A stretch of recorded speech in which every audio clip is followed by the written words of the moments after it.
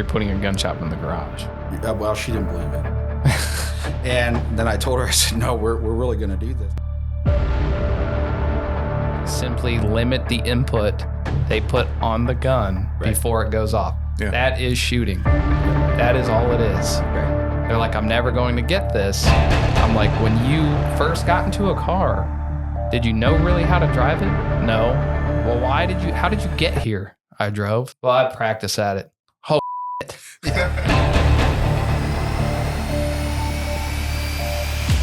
I was really thinking about it, and the thugs are really what keeps us going.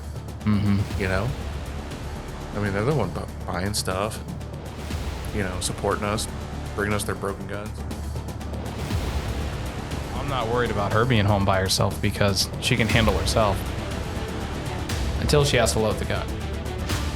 Just taking an NRA instructor course is not enough. You just do the minimum amount of time required, and they have people go shoot their paper plate, and they make their $50, and they just keep churning them out. Yeah. And then, really, are they any better than they were before they started the class? No. Probably not.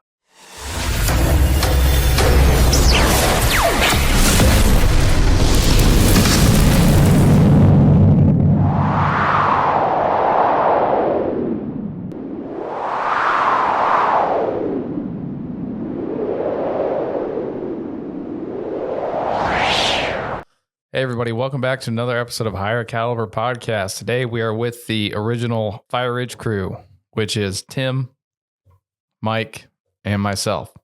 It's been, I don't know how long since we did a podcast before the new year. So It's been a minute. It's been a while.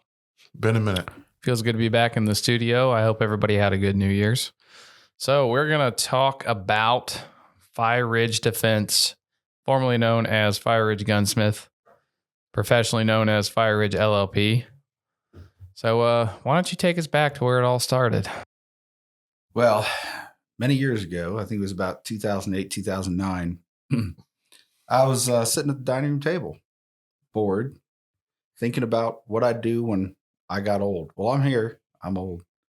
You thought you were old back then? Yeah, I thought I was old back then. But I wanted to turn my passion for firearms into something. So I decided I was going to go to gunsmith school. And that's what I did. I went to gunsmith school. And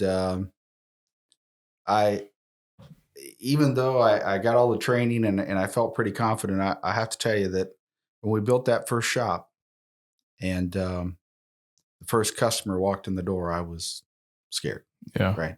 Do you have immediate imposter syndrome? Yes, absolutely. But it's one of those things that if you care about what you do, and I do, that you really take time with that person's firearm because they're trusting you to give them a good product with whatever their problem is or whatever they want done. And it's even today, it's kind of a daunting task when someone hands me their firearm. Just want to do it right.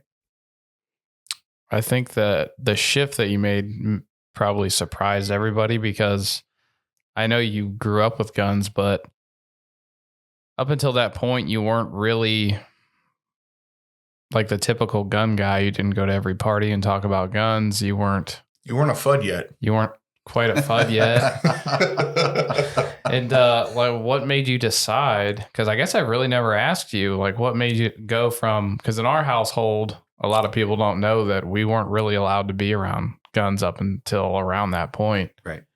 So what was like, I woke up one day like, you know what? I want to fix guns, not just like buy more of them, which you did both. Right.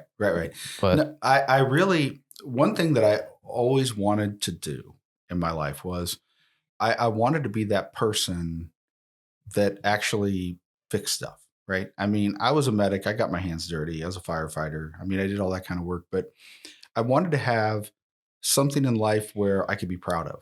Something that I knew that I did that, right? And so I had a lot of sitting right here. Yeah, I know. We didn't cut the mustard, as they say. So, but I'd always been interested in it, and I think that around that time, something that I saw was I'm the kind of person that if I don't know how to do something and I need to know how to do it, it bothers me. So I had I was going to go hunting, and I had your grandpa's shotgun, and I took it out back because I hadn't shot it in a while to make sure it shot, and it had a broken firing pin. Well, I'm like, well, I don't know how to fix a firing pin. I don't know what to do.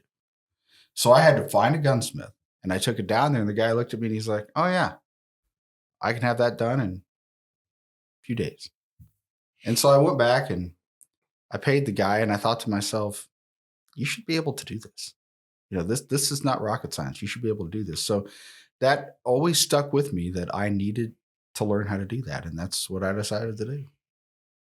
I mean, before you got into that, before when computers started getting real big, you played your hand at building computers, right? I did build computers. We had a computer business where we programmed for different companies, and we basically programmed databases and ways for them to operate. And that was always fascinating to me because we went into a business absolutely knowing nothing about it, right? We don't know what they do. And we had to learn what they did, right? And then we had to convert that into how a computer could help them. And we would write programs for them and show it to them. And it was actually successful for a while. I mean, we're not IBM, we're not Microsoft, we were just mom and pop kind of shop, but we did a lot of good work and we were proud of that. So what was the conversation actually like when you told my mom, your wife, that you're putting a gun shop in the garage? Well, she didn't believe it. And then I told her, I said, no, we're really going to do this. So I had to take her downstairs into the garage. And I'm like, look, I'm taking this garage door out. And she's like, what are you going to do? I said, well, I'm going to put up a wall and I'm going to put up a walk-through door. And we're going to make this inside look like a cabin inside, like a hunting cabin. And she just kind of looked at me and she goes, whatever. And so we started. And I remember we had some friends come over and we worked. It was hot. And we worked so hard on building that. I remember that I worked so hard that when I was done, I was exhausted. And I happened to walk in the bathroom. It took like 3 or 4 or 5 days. And I walked in, and for some reason, I stepped on the scale. I think I sweat out like 6 pounds of fluid out there building that shop because that was hard to do. So. Just chugging 6 Cokes. 6 Cokes a day. Yeah, you've never been the best hydrator. Yeah, and eating Snickers. That's where I get it from. Yeah. I never worry if I have too much water weight because I just don't drink the stuff. Yeah, it's definitely not water weight. So we started getting customers. A lot of people ask me all the time, what's the first step in becoming a gunsmith? Right.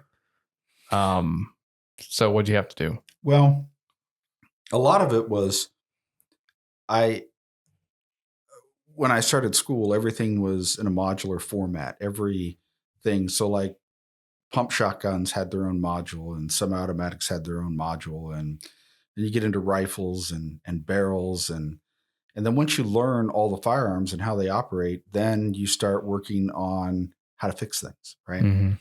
And the interesting thing about that is the school wasn't enough. I had to go to other people because there were things that were more technical that I couldn't understand. So like I had to get help from a machinist, right, to make sure that my drill was set up right and that I was doing the right technique. And there was just a lot of things I had to go research on myself other than what the school taught me.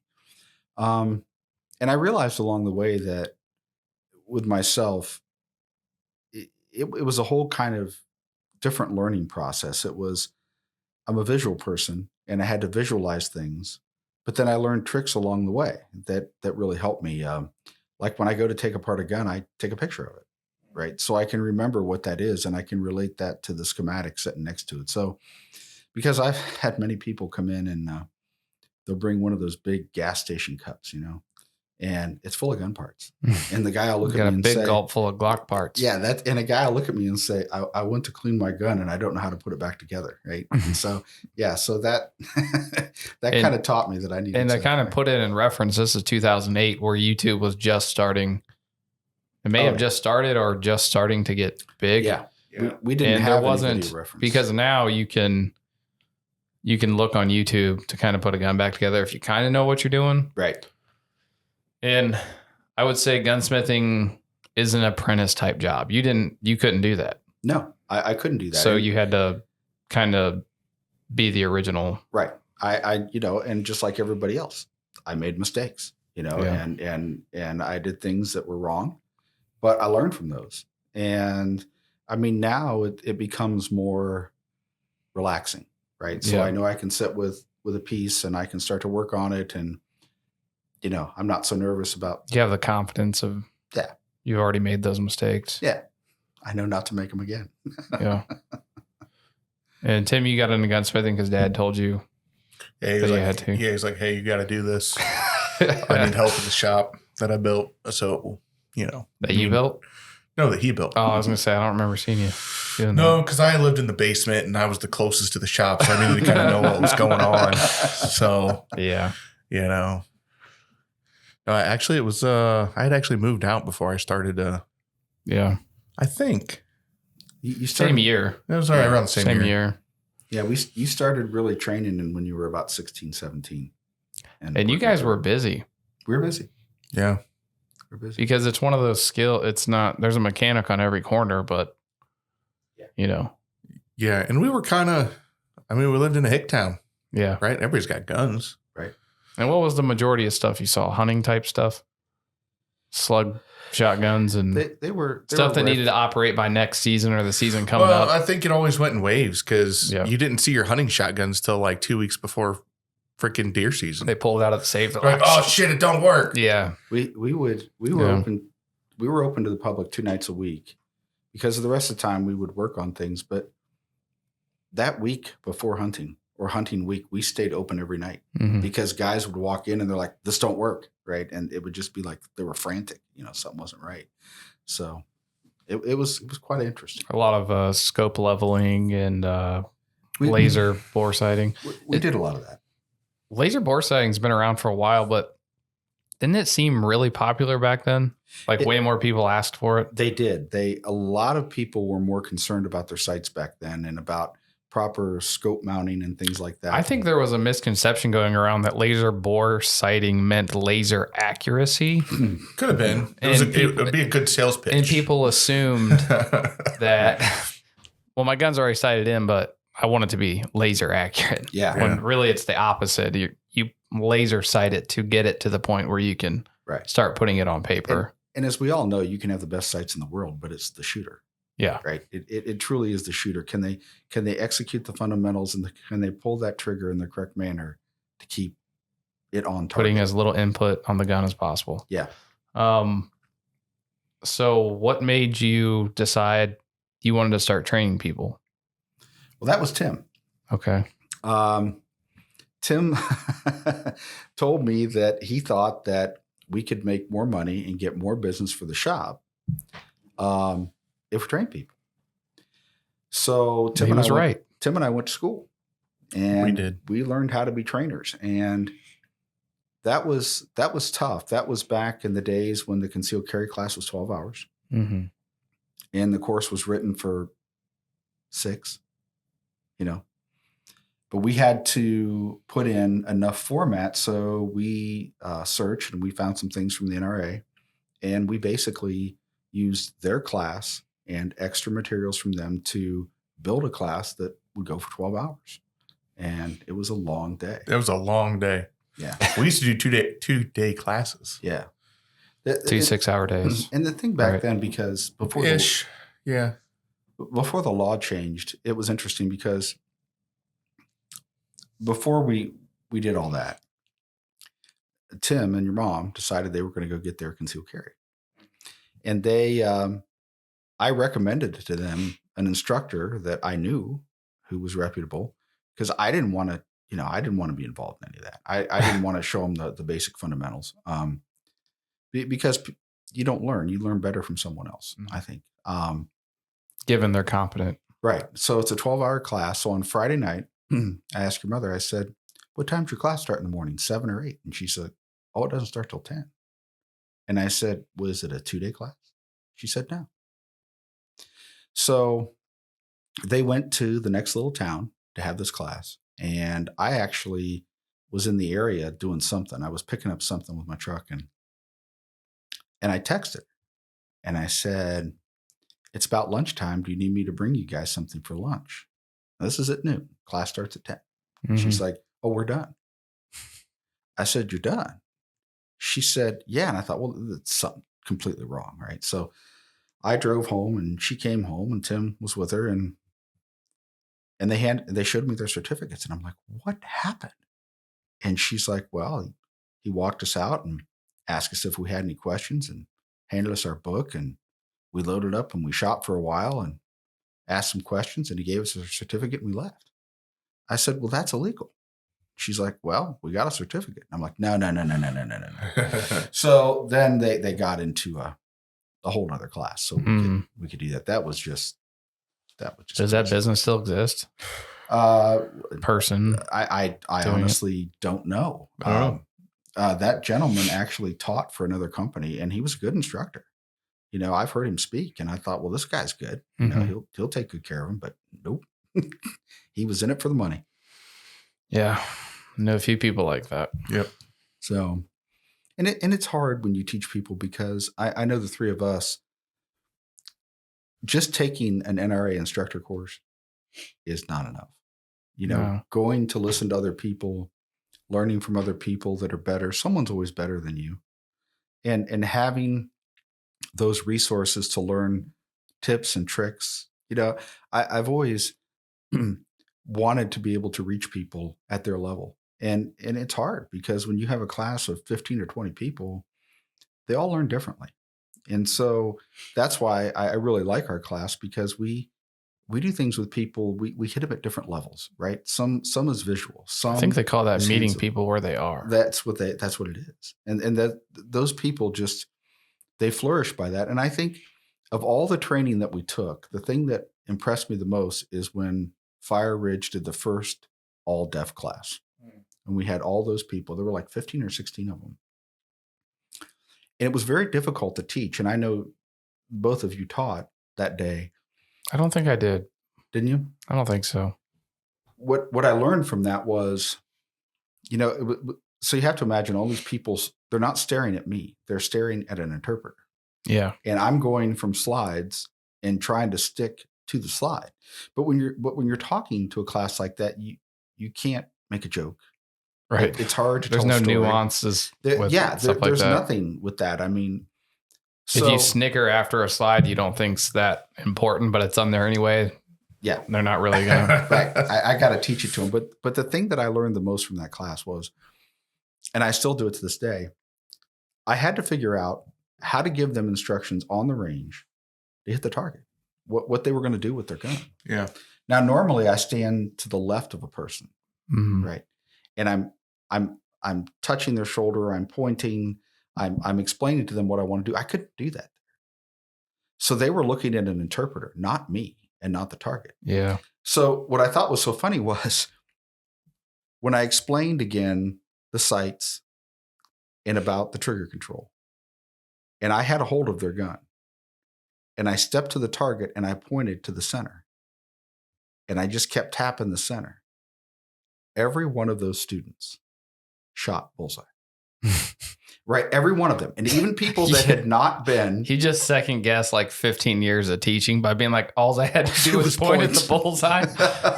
But, you know, even to this day now, no matter what student I have, I always get in front of them, hold their gun, and I point at that target. And because I don't know what it does for them, but for these people, they understood that's where that's my goal right there. Yeah. And they were fantastic. That's interesting. It was fun. Do you miss teaching? I do. I like teaching people. I like seeing their expressions, right? When I tell them something, or not a joke, but even when I tell them something, I can see the light bulb come on. I can see. That's a good feeling. I had a student last year, and he was in his early 30s, and he was married. He had his wife with him. And I said something so fundamental But to this guy, he stopped the class when I said it. I told him that you had to align the front sight in the rear sight so that it's equal and there's an equal space or knots on each side. And the guy stopped me. He's like, what?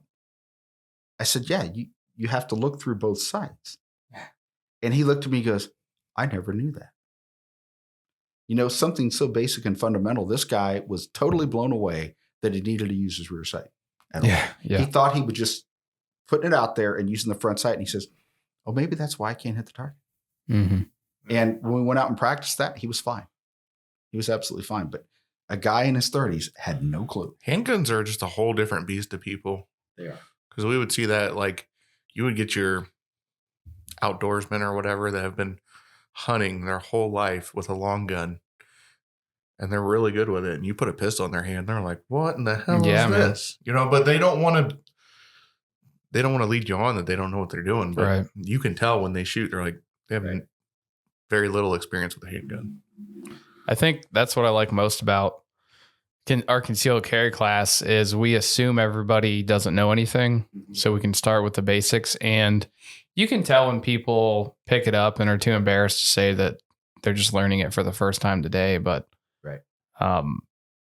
yeah, I think I like that the most. And it's little things like that where you have somebody who thinks they suck at shooting, or that's what they say, and then you show them with your fingers where the notches are supposed to be on the bullseye, and then immediately they pick it up and they're awesome. And then it's just, like you said, that light bulb moment.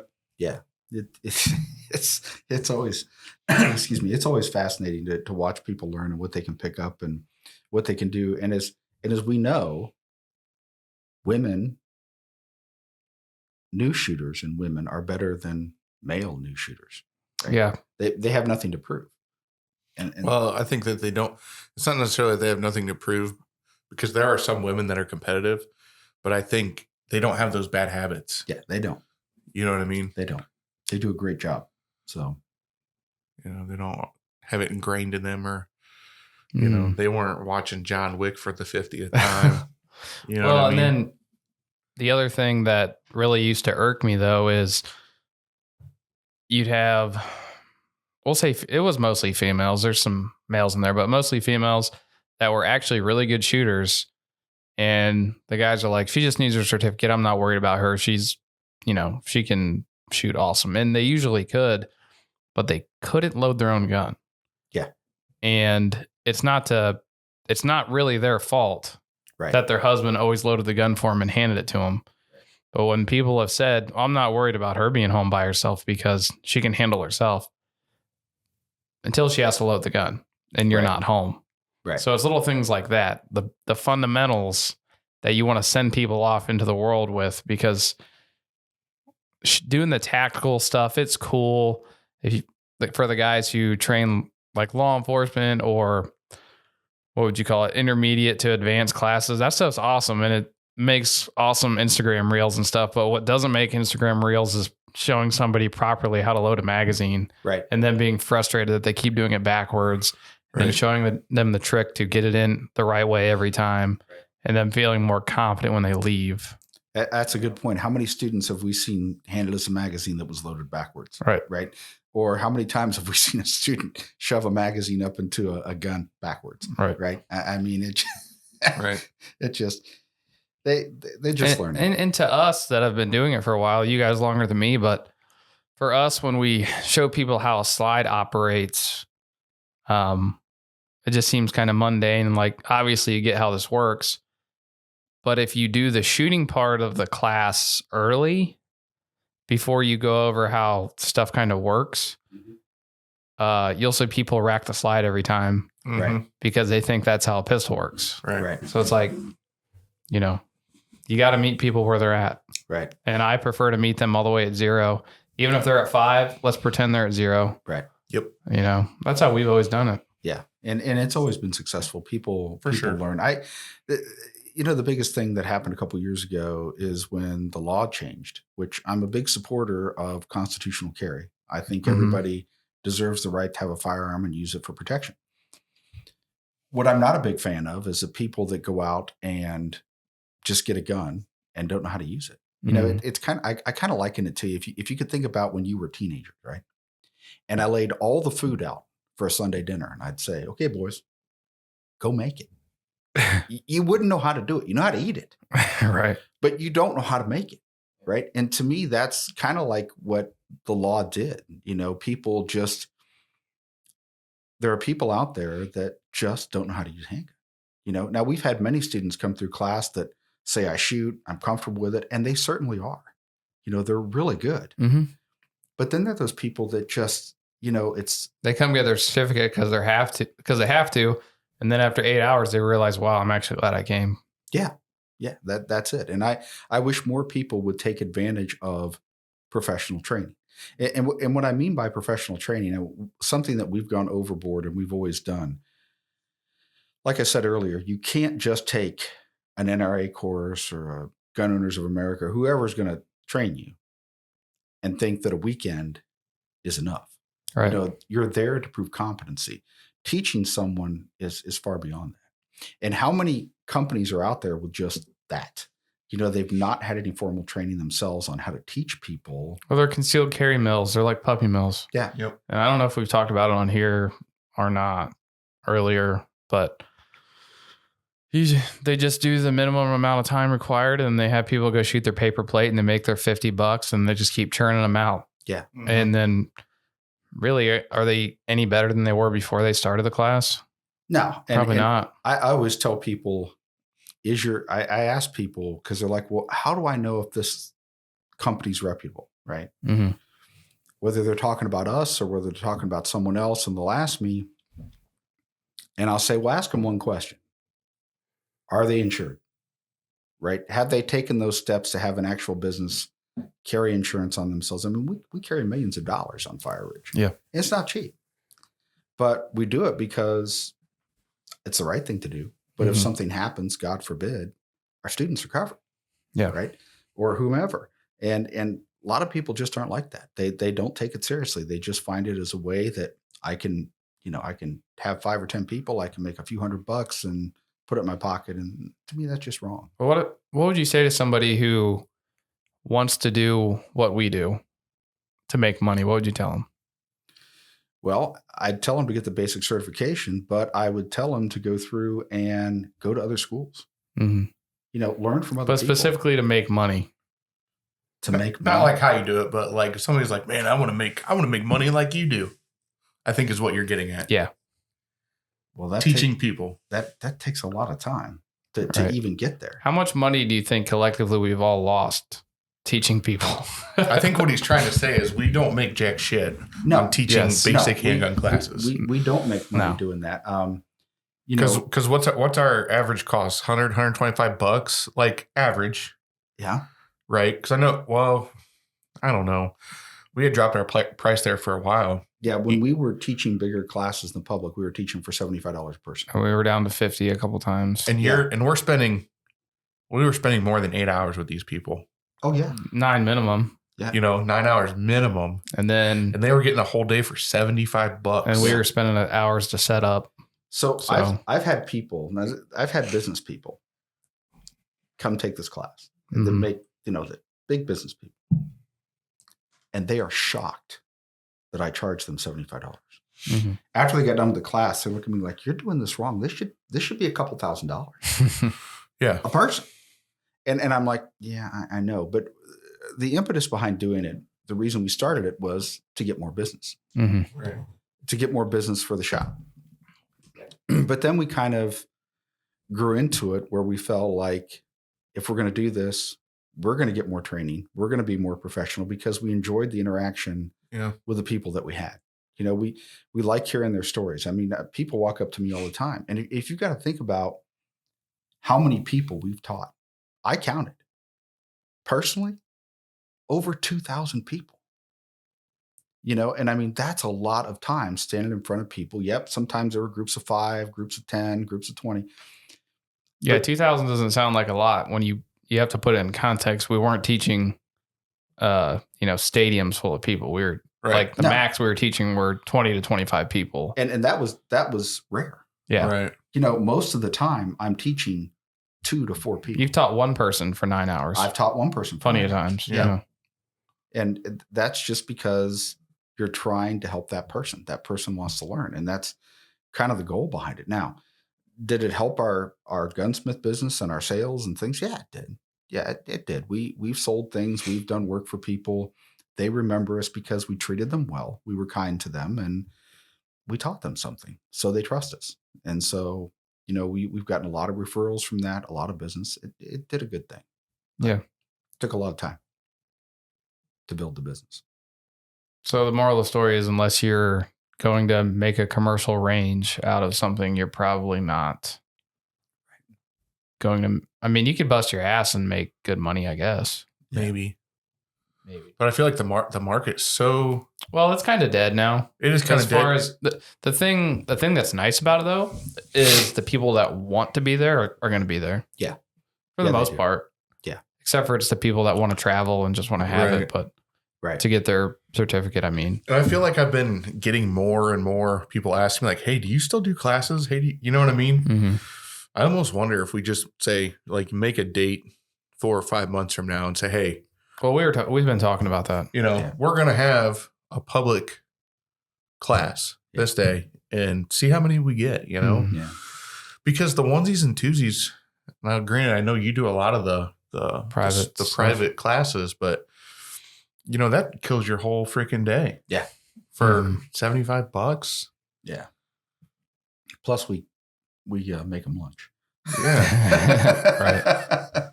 But Mom's making hamburger helper stroganoff. I got a rice cooking. Ultimately, though, that builds a lot of goodwill in the community. Well, sure. I think it does. It's a good thing. Yeah. But, I almost want, like I said, I wonder if maybe we can, advertise and be like, hey, we're going to do maybe a couple public classes this year. If you want, because these people aren't getting right into these people, they're not getting it right away. But. And I often think that in the firearms industry, there's a lot of people out there that own firearms that don't understand them. I was really impressed, Jared, with your the first time you did an AR-15 class. Mm. I mean, not just learning how to shoot it, but how to take it apart and how to clean it. And shooting it's the easier part. Yeah, and a lot of people don't understand how to maintain their firearm. I've made a lot of money off guys that come in and say, I clean my gun all the time and it just broke, right? Well, I get inside it and it's dirty. The worst gun, and I like to tell the story because it's kind of funny. We had a family friend bring us in a friend of his that had a rifle, and he's like, I don't know. He's like, it just won't work right anymore. And I said, well, tell me about it. And he says, well, I just let it sit in my barn. I'm a farmer, and it sits in a barn, and I know it gets dirty out there, but I don't know what's going on. And when I actually took the gun apart, there was corn sprouting in there, right? It was that dirty that there was a corn sprouting in there that was coming up in that much dirt. And I'll tell you, it's, people knowing how to maintain and their firearm is important. And in our class, in the comments that we get, one of the most commented on sections is our portion of the class teaching them how to maintain their firearm, how to clean it, maintain it. That really interests a lot of people because nobody shows you how to do that, right? So that's a good thing. Yeah. What are some of the things that you thought you knew a couple years into gunsmithing, and things now where you're just completely wrong? Yeah. So some of the things that we started to do early on that we didn't know was we thought we could install sights on different guns without the proper tools, right? We thought we had enough of the proper tools, and we didn't. We got through it, but there are times now that I'm very picky on sight installation. Been burned too many times. Yeah, I've been burned too many times, so we now have the right tools. But when we started to buy the right tools back then, they were very expensive. Gunsmithing tools. That's why it was Larry Potterfield trying to huck everything to you. Yeah. Dude. So he's a swindler. I love Larry, dude. Oh, Larry. So the like the sight pusher we bought back then, $500 Today you can buy it on Amazon for 110. You know, I mean, prices have come down, and now there's so many different tools and tool makers out there that it's not terrible anymore. But it used to be pretty expensive to buy those tools. So what about for training? For training, the biggest thing, and I thought it was dumb. I thought it was dumb, but it really works. Laser pistols. Yeah. Yeah. I mean, when when you first brought in laser pistols, I'm like, oh, this is stupid. But I remember your face. Like, okay, buy whatever you want. but using the laser pistols and watching students make mistakes, right? Yep. And watching them in a controlled environment really helps me to help them. And you can really diagnose what they're doing wrong. We can. And they can diagnose. They can see themselves. Right. Because now when they say, my gun shoots low left, and we say, no, it's you. Yeah. They can see the laser. They can see it. Streak low left. Well, you know, and just to add to that, what I used to do as an instructor on the range when they were doing that, I love my iPhone. Shout out to Apple. Love you guys. I'm sure they're listening. Yeah. Anyway, I would video the person shooting their gun in slow motion. Yeah.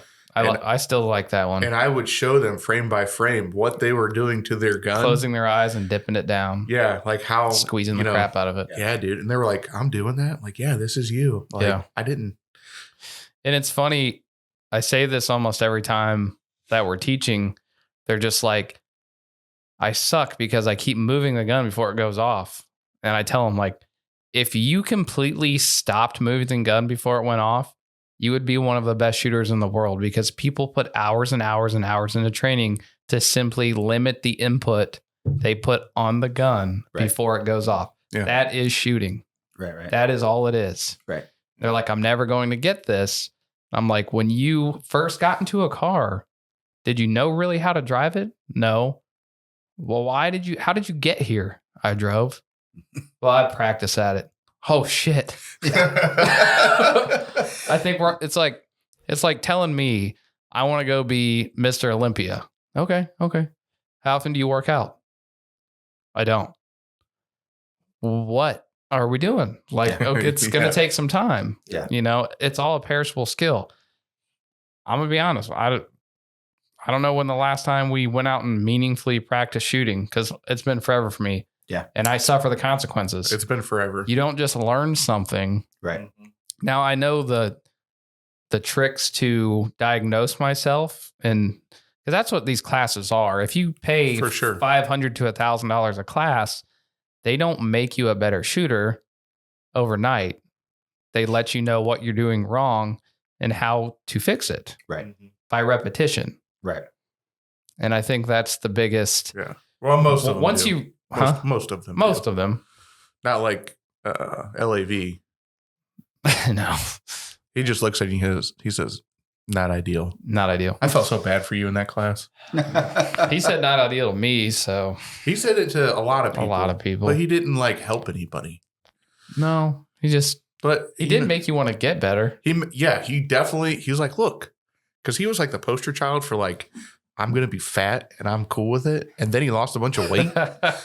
And then he was like, you know what? Maybe don't smoke on the weekends and don't drink. I was like, I could do that. Yeah. Oh. That's really all it is. But I just had this conversation with somebody the other day about firefighting, and I heard this quote. So I don't want to I don't know who it came from, but they were talking about why SF units and all these different like Navy SEALs and stuff were so good. He asked the guy, what kind of training do you like, the craziest training ever? And he's like, no, we just always do the fundamentals all the time. The basics. Yeah. We literally just do the basics. So when it's time to do them, we know them. Right. And it just like clicks for like, especially like our job for like firefighting. Yeah. Like you don't have to have the craziest training ever. You just have to do the basics all the time. Yeah. Be really good at it. You're really good at it. Yeah. It's the same with shooting. Yeah, for sure. It is. It's just like when I said you hand that woman the pistol and she can stack bullseyes, but you can't load it. You know what I mean? Yeah.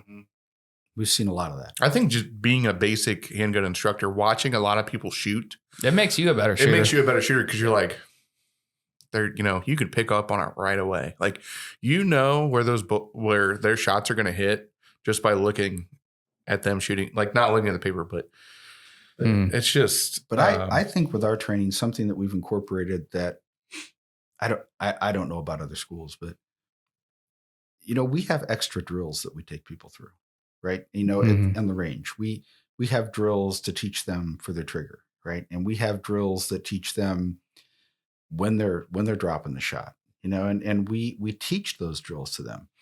So ball and dummy drill. Yeah. When they go home, I love it when I have like a father and son or, two people in a family and I show them that and I'm like, now go practice this together. And they can see what they're doing wrong, and it takes them a little outside the fundamentals, but it shows them where to come back to the fundamentals, right? Because it's I need to control that trigger. I need to control those sights. And we all know that, they'll tell you that aiming and trigger control are the most important things. But when it comes right down to it, it's the trigger. It's how people engage the firearm, and it's by that trigger. I think it's I used to think that way too, but a lot of people argue over trigger and grip. The right answer is it's both. Yeah. But whatever you emphasize, so like if you're bullseye shooting, the trigger is huge, right? I mean, it's all huge, but the trigger is huge, right? Like 25% tariff on Canada, huge. Like pulling it back to the rear without moving the gun. If you're shooting competition and you're double tapping everything, you could give two shits about what you do with your trigger. As long as you can smash the trigger all you want, as long as your grip's fine and the gun's, like I said earlier, the least amount of input on the gun while you shoot it.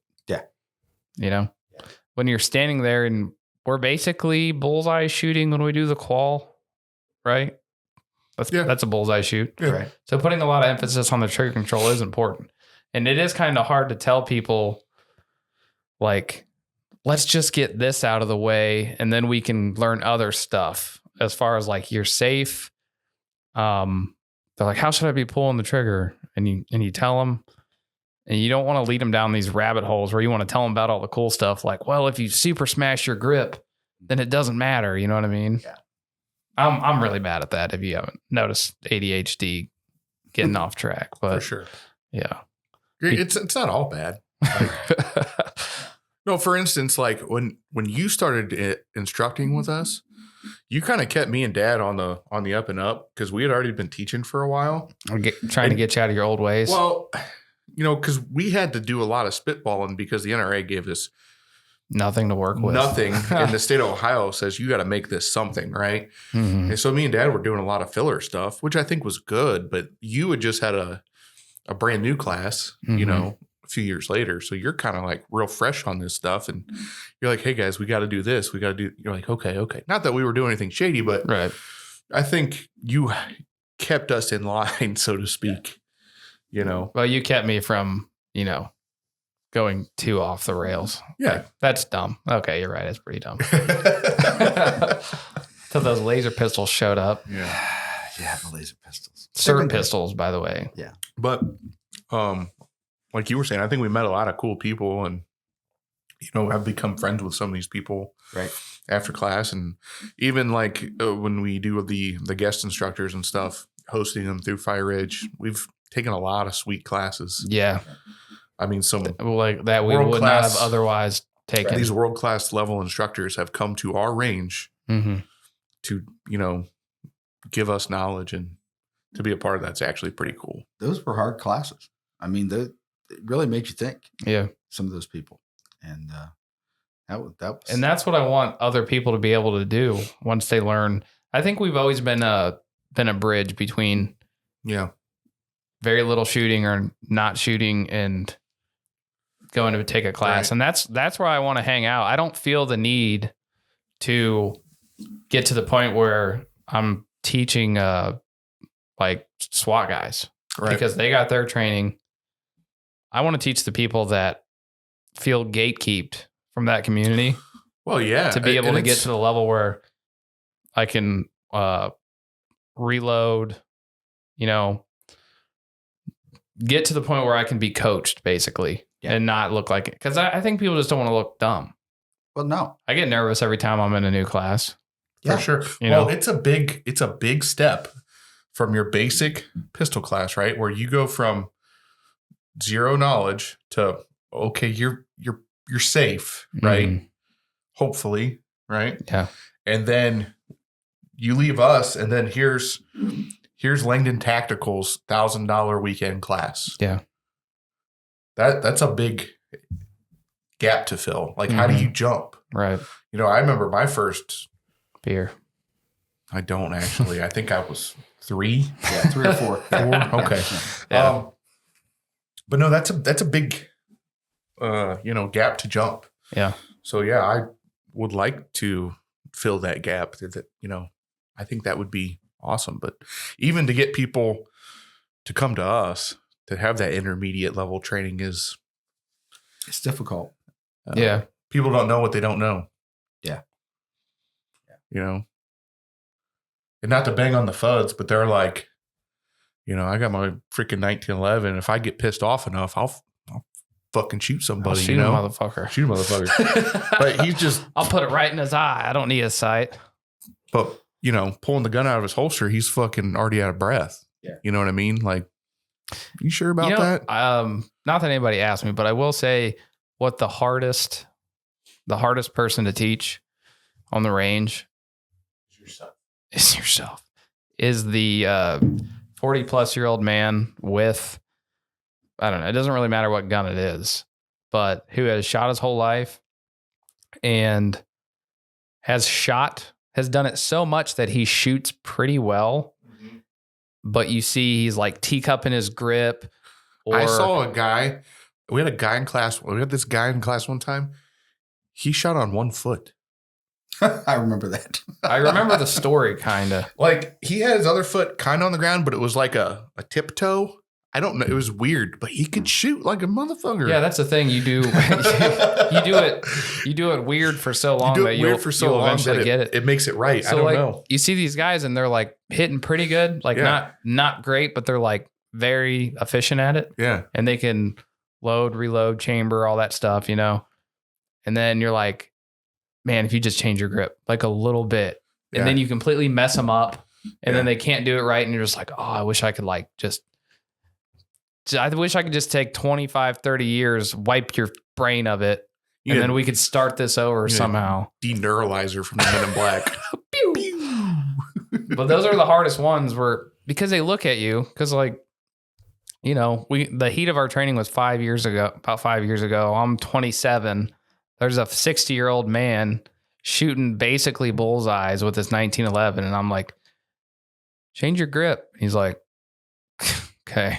It's like, yeah, I get it. You know what I mean? Like, I already made it this far, boy. I get it. Or you see him just like really fuck up a reload or something. Yeah. And you're just like, don't take the gun out of your shooting hand and put it in your non-dominant hand to reload your gun. They're just like, that's how I've always done it. Yeah. Like, whatever, dude. We actually had a student one time who is my nephew, right?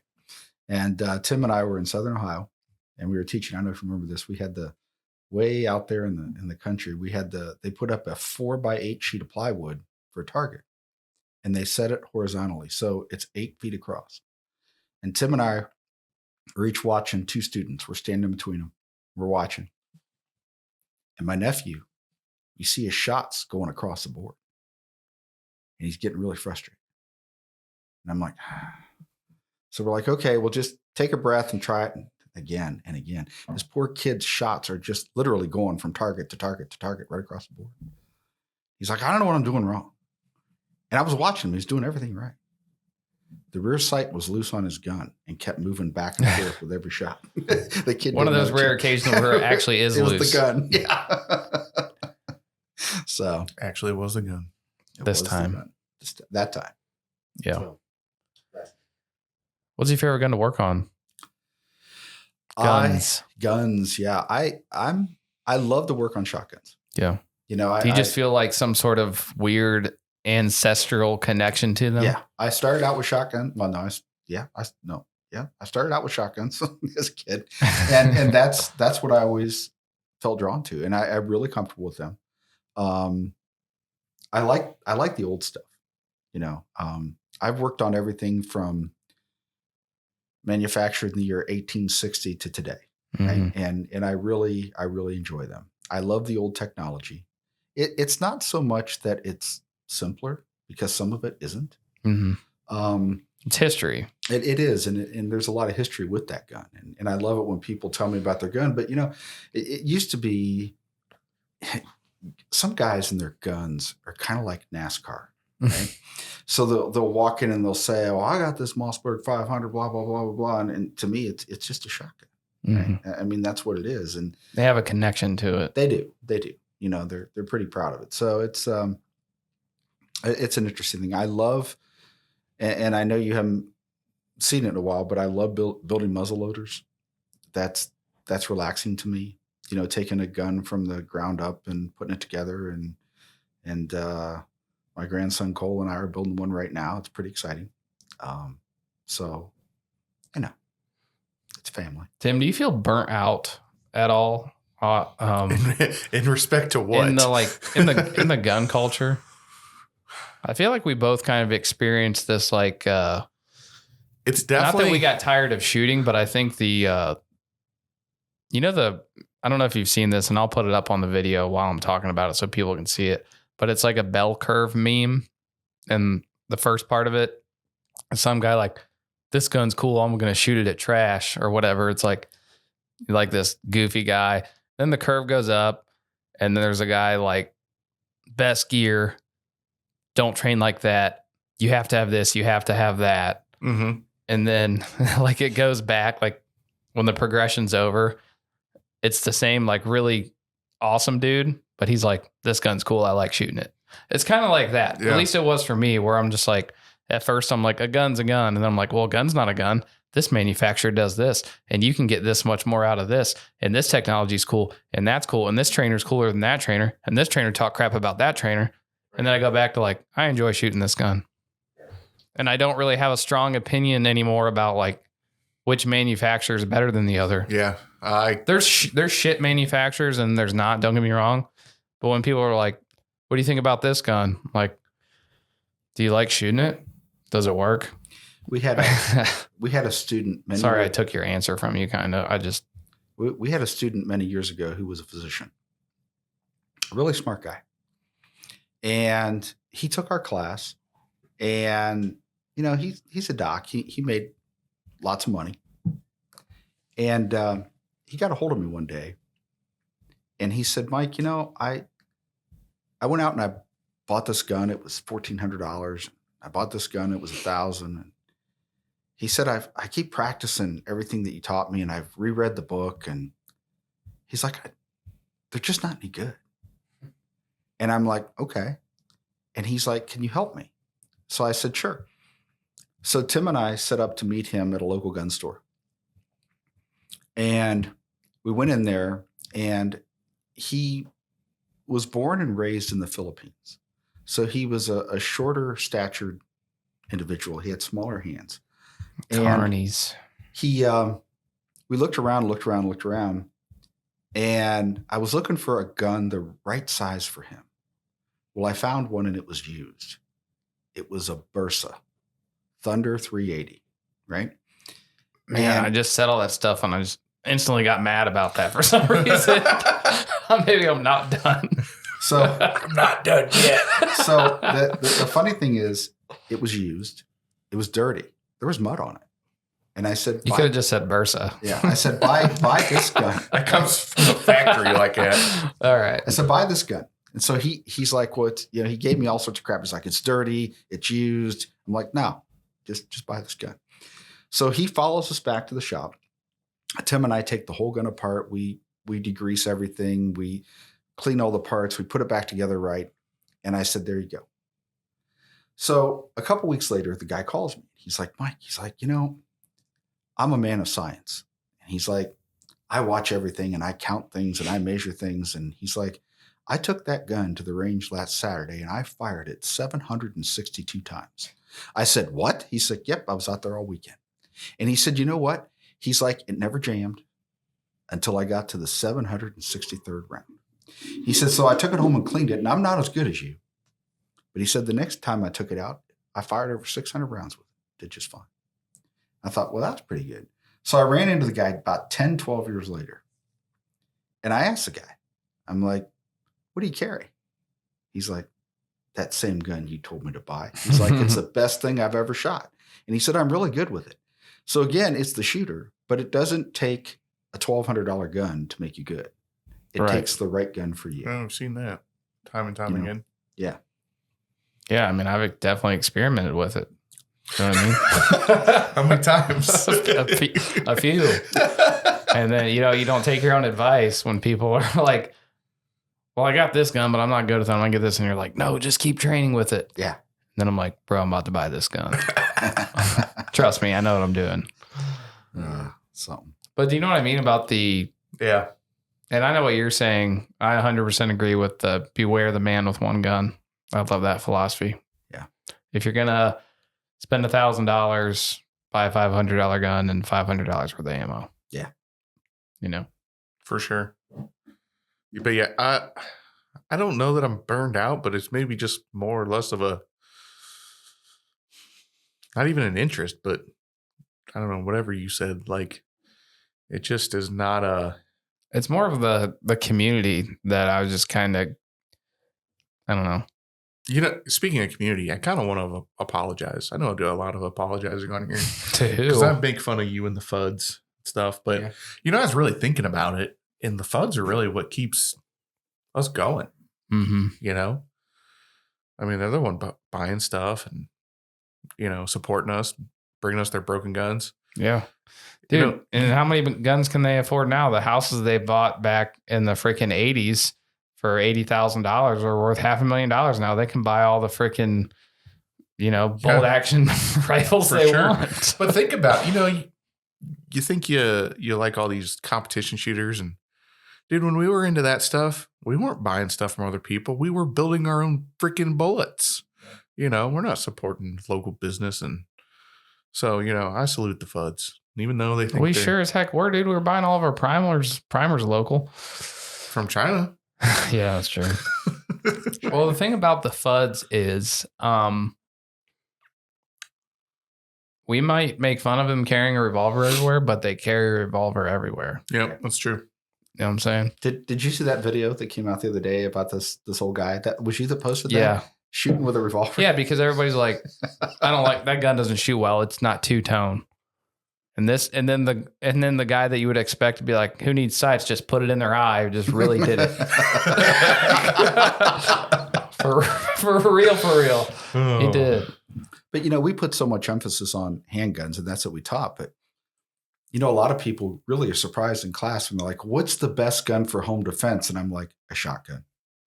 That one's come full circle too, because everyone had a shotgun. Then everybody made fun of everybody that says that. People get really squeamish about that when I recognize the nuance of somebody saying a shotgun. Now, if somebody's going to demand people buy a shotgun for home defense, then you got to be a little weary. Mm-hmm. Yeah. But saying a shotgun is not necessarily a bad thing. But when you don't ask the person any questions about their home defense situation, then you don't know what the fuck you're talking about. Correct. You know what I mean? And as we tell people, everybody's lives are different. You can live in an apartment, a mobile home, a house with nothing around you. Yeah. If you've got nothing around you, fine. But if you're in an apartment complex, you don't want 9mm whizzing through the walls, hurting other people. Or double-aught buck, really. Yeah. But an interesting statistic I read from the FBI, now that they're back, because, Trump's in office, it's like 90% of people that are shot in home invasions with a shotgun die with only one shot, one well-placed shot. And if they get two shots, it's 100%, right? It's not like unloading a 14-round magazine. It's one shot. What's old Clint say? Shotguns at the right range with the right round will remove a chunk of shit from somebody. Yeah. Pistols put holes in people, rifles put holes through people, and shotguns with the right range and the right load will physically remove a chunk of shit off your opponent. And then I think you just got to take a shovel and shovel that shit off the floor, which is true. Yeah. I'd still like to go see him. Yeah, me too.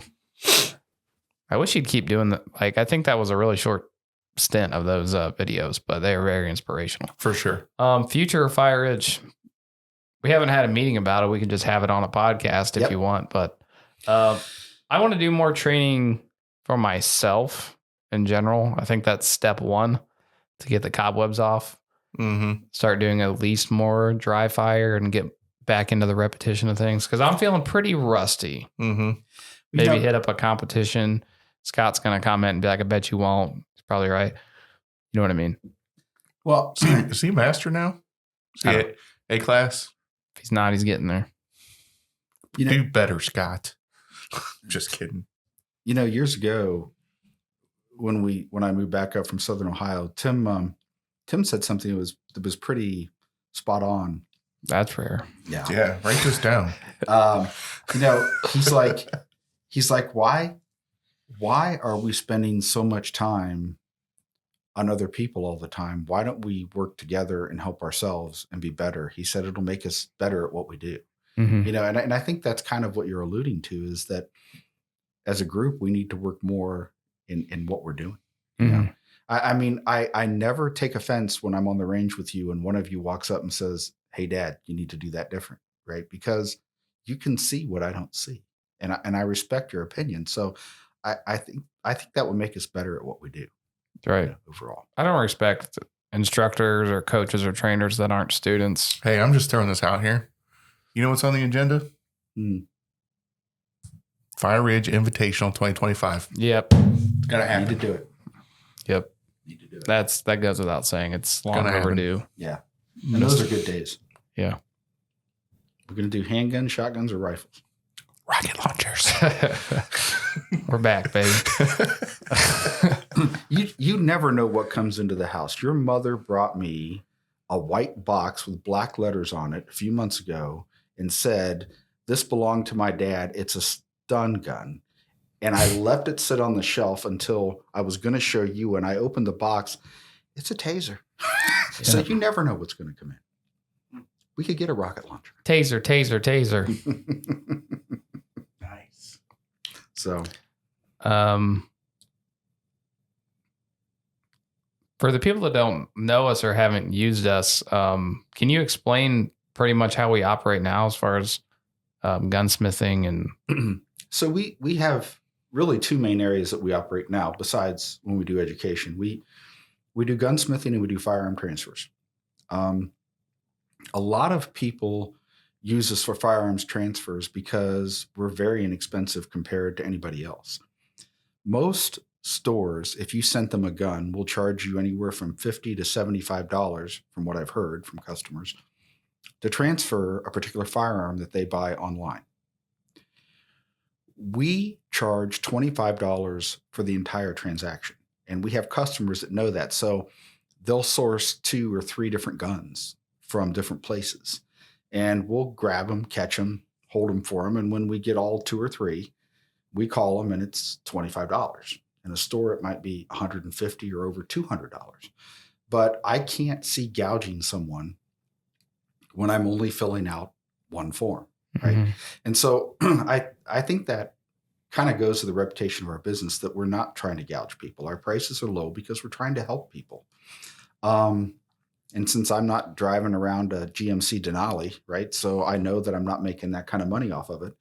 But I think the other thing that we do is when people come in and we take in a firearm, we really take the time to listen to them to figure out what's not right, what problem they're having with it. And then some shops will charge that person just to look at it, and we don't. And sometimes that's an hour of time, taking a gun apart, figuring out if we can fix it or if we can't. We don't charge them for that. And our prices, from what I'm told on the market, were just under half per hour of what everybody else charges. So we're not out there to make a killing. We're just out there to help people. Yeah, we make a little bit of money on the side, but I think the personal attention and attention to detail that we give people is just amazing, and our customers think that too. I was, I had some repeat customers a couple weeks ago, and they just keep coming back and bringing me more stuff. And they're like, we just love it here. I mean, you sit and talk to us and you explain it to us and you show us what you're going to do. And, no one else does that. It's just like we hand a gun off behind a counter and we get it back. It may or may not work. We've done that with a lot of people. We get business in where I had a guy that took his shotgun to 2 different gunsmiths. Each gunsmith charged him $125. And they said all it was is his gun needed cleaned. When I took the shotgun apart, I found out that it had not been cleaned. And when I actually found the problem and I called the guy and I fixed it, I actually cleaned his gun. And I told him, I said, I fixed your gun and it's $47. And he said, what did you say? And I said, yeah, I fixed your gun. It's $47. And he's like, well, that can't be right. I'm like, what do you mean? He's like, well, 2 gunsmiths, they just charged me $125 each. And they told me that it was just dirty. I said, well, your gun was never cleaned. So this guy stood in the shop and called both of them that night and just screamed at them, wanted his money back, right? And I showed him, I said, here's your broken part. If they'd actually taken your gun apart, they'd have seen that this was obviously broken. It fell out and it just needed to be replaced. And he's like, I never knew. I mean, it's times like that. And I've seen that multiple times where people will bring us something that another gunsmith says that cannot be fixed or that they tried and they couldn't do it. And they never really took the gun apart. They never really got into what the problem was. So we've done that multiple times. I think from what I've noticed, a lot of people bring you a gun and they assume you've already seen it before and worked on 30 of them. Yeah. And you're like, yeah, we'll take a look at it. And you're like, call me, or you have to open a book and you're just like, I don't know what the hell this thing is or what's inside of it, Yeah. They're all, I mean, yes, I can tell you that certain firearms, whether they be a rifle, a shotgun, or a handgun, they operate in one of 3 ways. But the problem is that different manufacturers use different parts. Some of them use cheaper parts. Yeah. That's not meant for the end user. It's meant to have a gun put together that can be sold, and whatever happens with it afterwards is right. All sales are final. Right. So, yeah, we do a good bit of that, and we have to source, and it takes a long time sometimes, unless you call Tim, to find a part, right? And to figure it out, and then knowing how to read a schematic and knowing how guns actually work. I mean, yes, I know how gun parts go together, but sometimes they're just put together differently. Schematics seem hard to read until you don't have a schematic. Yeah. And then when you finally get one, you're like, thank God it tells me exactly where this goes. Yeah. and that's helpful. Yeah. So, yeah. So hopefully we'll get a lot more gunsmithing this year, and we've been on a roll. You kind of left out a major part, and that's fine. But we also sell stuff. That's true. Yes. So if you need anything, give me a holler. I'll get you whatever you want. I'll beat anybody's price. We're kind of like the side chick. Yeah, we're the side chick. You're like, you know what? I get you what you need. I get you what you need. The funny thing, and people look at me like I'm stupid, they'll go to a local gun store and they'll want to buy a high-end gun and it's $2,500. And I don't know how many times I've dealt with this. And they'll come to me and they're like, can you get it any cheaper? And I'm like, okay, well, let me look. And I'm like, okay, I'll sell it to you for $1,300. And they're like, no, you must have the wrong gun. And I'm like, no, here's the picture of it. Here's the statistics about the gun. This is exactly what you described to me. And they're like, yeah, that's it. Well, why is it only $1,300? I'm like, I don't have a big store. Mm-hmm. We do not have that overhead. Yeah, we don't have the overhead, so we can. So our bullets are typically cheaper. So if you can wait 4 shipping days, then you can have it a gun and be a lot cheaper. We're like the Ollies of the gun world. Get stuff cheap. What's the 7-Eleven line that we were from Boondock Saints we were talking about the other day? Oh, we're not We might not Or always, not always be open, but no. always doing business or something. We're not always doing business, But we're always open. Yeah. So, we really, we try to match our prices, and it's hard to do with like what people can buy on the internet, Mhm. Sometimes it's not. I just bought I got a thermal optic or a thermal scanner for a guy the other day and saved him a crap ton of money. Right. It's not just guns. End of last year, we sold, a guy wanted to buy a $3,500 crossbow. We sold it to him for $2,300. I don't know. People think that they've got to have something right now. And a lot of stuff, we have basic stuff for people right now, but if they just give us a couple days, they can save a lot. If you know what you want, you can't come in and be like, I want to test this. I want to feel it. We don't have that. But if you know exactly what you want, give us a shout and we can definitely, we can make that happen. Save you some money. Yeah, we're like Amazon. Yeah. Without the Prime. Yeah. Yeah. And we don't put guns on your doorstep because we're not that free, but maybe one day. Right. So we sell a lot of ammo. So hopefully we'll sell more. Mm-hmm. But all right. Timothy? Yo. You got anything, buddy? I don't think so, man. I think I'm good. Good. Well, that concludes the FireRidge Roundtable then. I'm getting sick. Tim's getting sick. I had a brain fart. Thanks for tuning in, everybody. Yeah, thanks for listening. And don't forget to like and subscribe. And if you already do, we love you. And America. Later, everybody. Later.